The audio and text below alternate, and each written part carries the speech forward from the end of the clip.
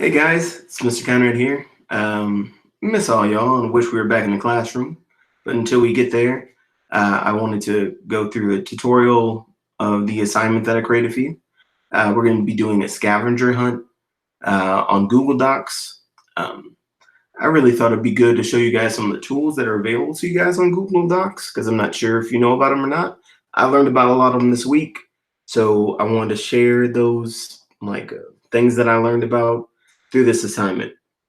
I'm going to present it now so you guys can see what you're going to be working on, and I'm going to show you how to complete each piece. All right.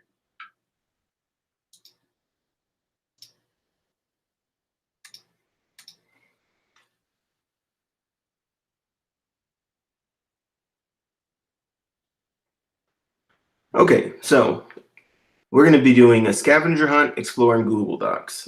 This one's specifically going to deal with things with nutrition. So the first tool, or the first thing that you're going to have to work with, is the define tool. I kind of give a brief explanation of how to use it here, but I'm going to show you how to use it like right now. So if you highlight the term, right click, and then click define, you'll get this window that opens up that gives you the definition of that term. So what I'd like you to do is to copy this definition, then go back to term, highlight it again, and comment. And you can insert your comment here. I've already done a comment for this particular vocabulary word, so I'm not going to do it again. But all you have to do is click paste and then comment when you're finished. That's it. So, I hope you guys have a good understanding of how to use the define tool. All right. The next one I'm going to show you. So I'm going to close this window out.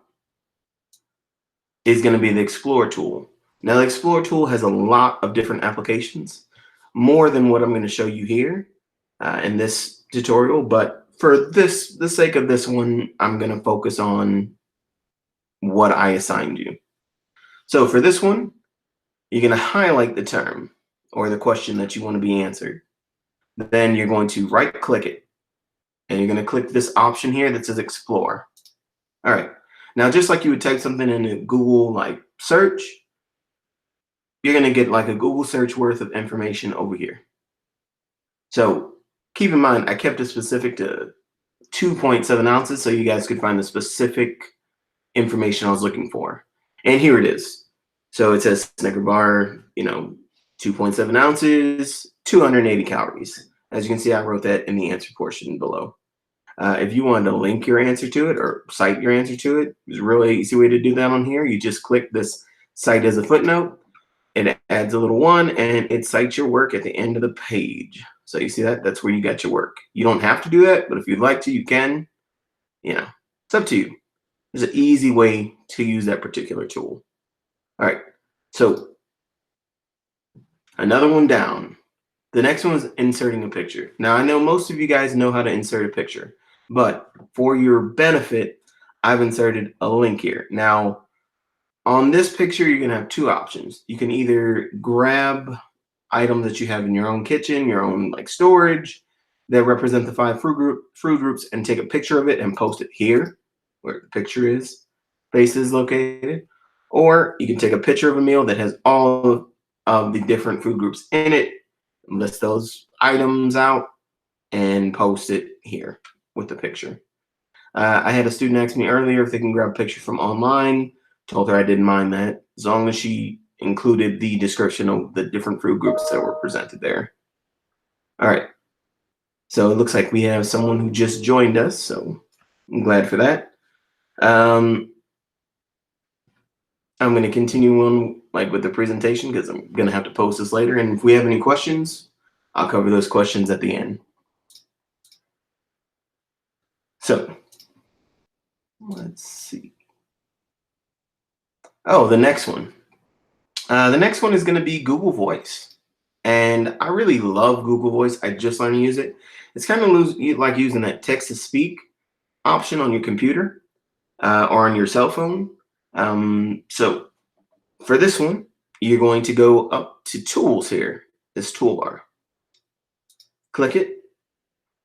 Sorry. Scroll down to where you see voice typing. Click that, and you're going to get this little microphone here. If you haven't clicked it before, it's going to ask you to, on your computer, it's going to ask you allow. And then I'm going to ask you to like click this, click where you want to start answering this question. And then you're going to click the little microphone. And everything that you say is going to start being typed out on the computer for you. Period. There are certain codes that you can look up using the help option on your computer to give you a better understanding of the information that's available and the ways to format your work. And if you don't want to change anything, like if you see something's wrong, you can just click on it and delete or insert new text. Make sure you turn your microphone off. Otherwise, you're probably going to end up with some mistakes in your work. But I really thought that that was quite helpful. So I see a lot of these tools being a lot of use, especially right now with all the digital learning you guys are doing. So I really wanted to do this little scavenger hunt to show you guys some of these Google tools. And some of the first people were finished. Like I already had Michael finish today. Good job, Michael. And Brienne? She finished early this morning. I'm going to be sending them a wallpaper that I got from Nintendo, like an HD wallpaper, so that's kind of like their prize. I really hope that you guys enjoyed this presentation. And if you have any questions, make sure you reach out to me. I'll be available during my office hours, which are like 8 to 9 and, 12 to 1. So if you want to reach out to me at a time, if you want to reach out to me at any time, feel free to do so. It's no problem. All right. I hope you guys have a great day and enjoy your week. And I look forward to seeing your work. All right. Have a good one. Stay happy and healthy, guys.